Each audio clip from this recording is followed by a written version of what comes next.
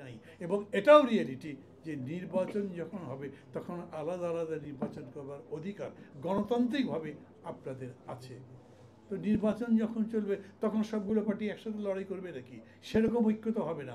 ঐক্যটা হতে পারে একটাই কারণে, সেটা হচ্ছে যেরকম করে বলে না, ইউনিটি উইথ ডাইভার্সিটি, বিভেদের মধ্যে ঐক্য। আমাদের মধ্যে মত পার্থক্য আছে, তার মধ্যে ঐক্য। গণতন্ত্র মানে কি? গণতন্ত্র মানে রুল অফ মেজরিটি, ঠিক আছে, কিন্তু একই সঙ্গে খেয়াল করবেন গণতন্ত্র মানে মাইনরিটির ওপিনিয়ন, মাইনরিটির কথা বলার অধিকার সব সময় থাকবে। তার মানে এটাই হলো আপনার ভিন্নতা সহ একটা ঐক্য।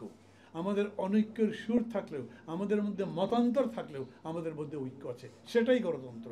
এবং ওই যে বলে না, কার্লাইল কি বলেছিলেন যে আপনার কথার সাথে আমি একমত না হতে পারি, মত সমর্থন করতে না পারি, কিন্তু আপনার মত প্রকাশের জন্য আমার যা করতে হয় আমি তাই করব। That is democracy. তো তাহলে ঐক্য কাকে বলছি আমরা?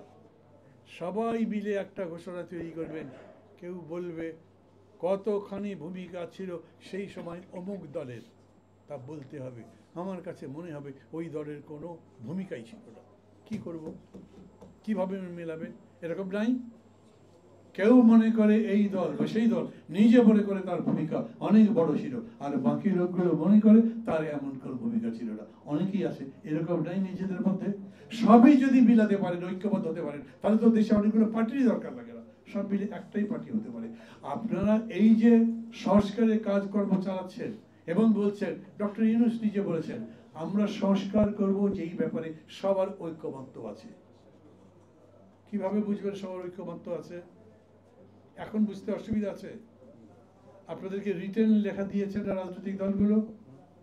এইরকম রিটেন প্রস্তাব, ধরেন সংবিধান সংশোধন করতে হবে কতগুলো ক্ষেত্রে, বিভিন্ন পার্টিগুলো মিলে 2000 প্রস্তাব দিয়েছে, লিখে তো দিয়েছে। তো এই 2000 প্রস্তাব পড়ে বলতে পারবেন না এই 20টা সবার কাছে কমন, এই 20টার মধ্যে আমরা এখন সংস্কার করে ফেলি? তাহলে ঐক্যমত্যের জন্য আলাদা কমিশন বানাচ্ছেন কেন? ঐক্যমত্যের জন্য আবার 6 মাস দেরি করছেন কেন? আপনি তো সংস্কার এখনই করতে পারেন। এই সংস্কারের পাজে হাত দেওয়ার জন্য আপনার 1 মাস সময় তো লাগবার কথা না।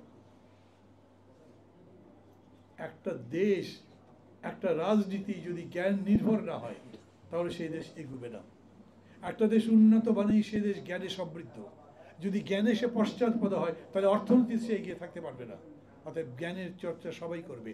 গণতন্ত্র কোনো সময় বলে না মেজরিটি মাইনরিটি বলে, মেজরিটি যদি বলে রাইট করা ঠিক তাহলে সেটা ঠিক হবে। মেজরিটি যদি মিথ্যাকে সত্য বলতে চায় তাহলে সেটা ঠিক হবে না। গণতন্ত্র মানে একই সঙ্গে জ্ঞানের চর্চা, সত্যের অনুসন্ধান, এবং এই মিলে যখন মেজরিটির ওপিনিয়নকে মূল্য দেওয়া হবে তখন সেটা একটা বাসযোগ্য এবং সেটা সামনের দিকে অগ্রসরমান সমাজ তৈরি হতে পারে।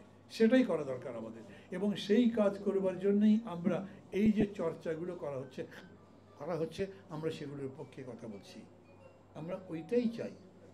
আমি বরঞ্চ জিয়াউর রহমান সাহেবকে বিশেষভাবে ধন্যবাদ দিই, এবং মাঝে মাঝে আমি বিএনপির নেতাদেরকে বলি যে আপনারা এই বিষয়টা কেন বলতে পারেন না? নিয়মিত আওয়ামী লীগ বলে গেছে জিয়াউর রহমান খুবই ওত পেতেছিল এবং তিনি সুযোগ বুঝে ক্ষমতা দখল করেছেন।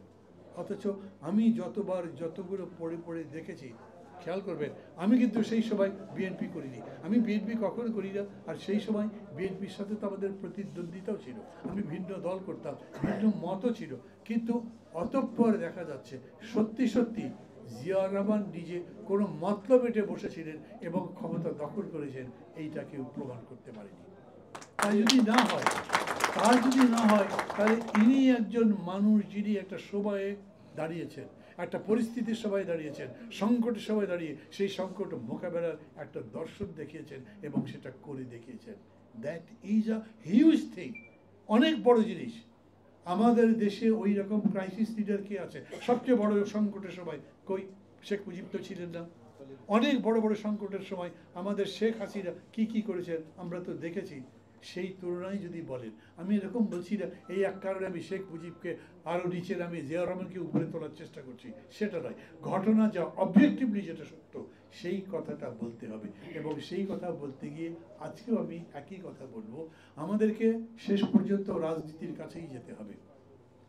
এই যে আন্দোলনটা চললো জুলাই আগস্ট জুড়ে, যেটাতে আমরা জিতলাম, তার আগেই দেখেছেন না আপনার সমস্ত অনলাইনে সবচেয়ে পপুলার ইয়েটা কি? I hate politics hashtag।